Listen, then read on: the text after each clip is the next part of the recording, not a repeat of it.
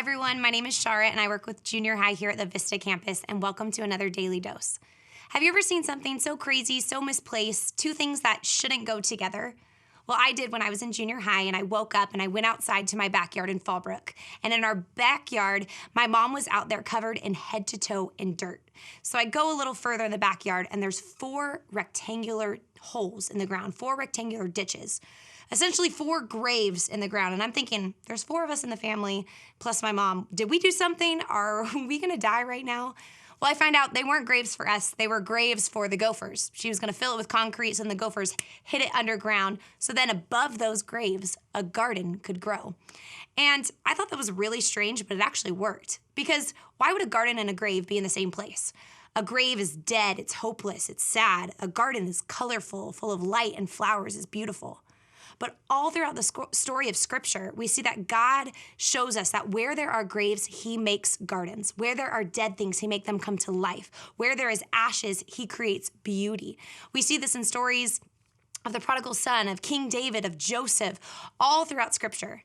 But yet, even though all the Israelites, the Jewish people, knew these stories, they said it when they got together for feasts, they talked about it, they still forget. The disciples, they were forgetting that God makes dead things come alive. They forget that he can turn graves into gardens. And that's why I think where Jesus' body was laid after the crucifixion wasn't just a coincidence. I think God was very purposeful in where Jesus' body was laid. And we see it in John chapter 19, right after Jesus was crucified. Starting at verse 38, it says, Joseph of Arimathea, who was a disciple of Jesus, but secretly because of his fear of the Jews, asked Pilate that he might remove Jesus' body. Pilate gave him permission, so he came and took his body away.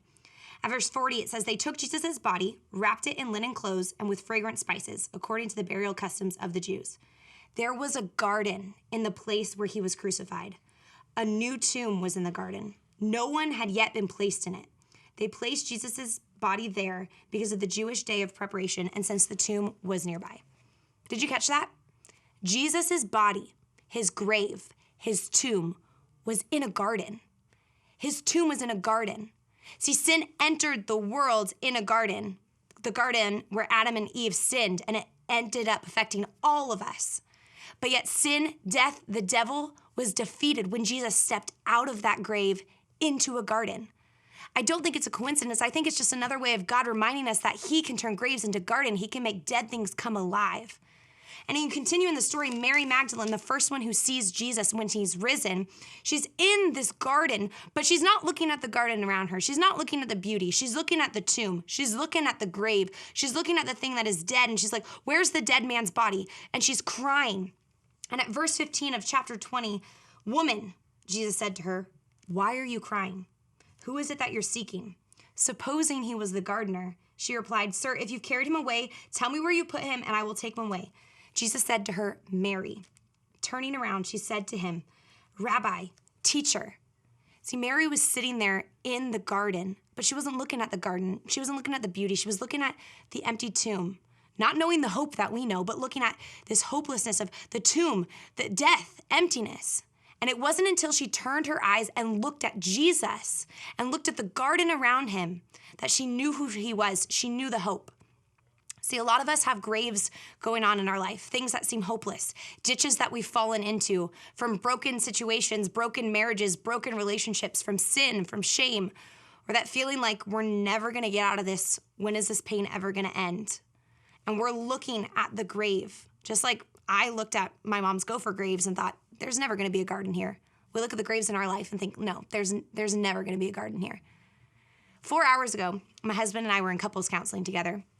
And I was sitting there with him and my counselor in tears saying, when is this ever gonna, this pain gonna stop? When I'm gonna stop crying? When am I gonna see the beauty around this? Because all I see is this grave in front of me. And my husband so graciously reminded me, the grave's always gonna be there, but look up at the garden of what God has done around you, the way he's restored our marriage, the way he's been faithful with our kids, the things that he is doing. Look at the garden of all the flowers that have come up from this because of Jesus. Look at the gardener. I want to challenge you, whatever grave is in your life, stop staring at the grave and look up at the garden. And if you don't see the garden yet, look at the gardener, Jesus. who loves you and is working for you.